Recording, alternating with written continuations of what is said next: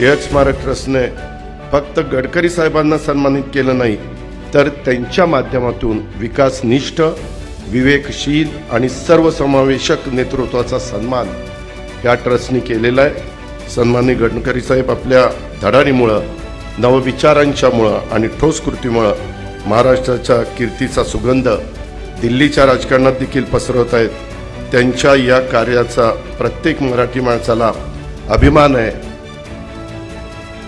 आज हिंदू हृदय बाळासाहेब असते तर खऱ्या अर्थाने गडकरी साहेबांना म्हणाले असते, बाळासाहेब असते तर या विकास सम्राटाची पाठ नक्कीच थोपटली असती आणि कदाचित बोलले असते की हा माझा राज्य महामार्ग आज राष्ट्रीय महामार्ग झालेला आहे। खऱ्या अर्थानं लोकमान्य टिळक ज्या बाण्यानं त्यांनी काम केलं, तोच बाणा आधुनिक या भारतामध्ये ज्या व्यक्तींच्या कार्यामध्ये दिसतो, अशा व्यक्तींना हा पुरस्कार दिला जावा ही संकल्पनाच अतिशय विलक्षण अशा प्रकारची आहे।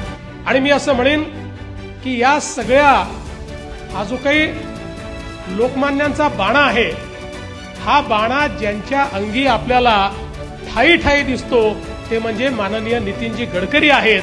आणि म्हणूनच या पुरस्काराकरता अतिशय पात्र व्यक्तीची निवड ही आपण या ठिकाणी केली, याबद्दल कोणाच्याही मनामध्ये शंका नाही।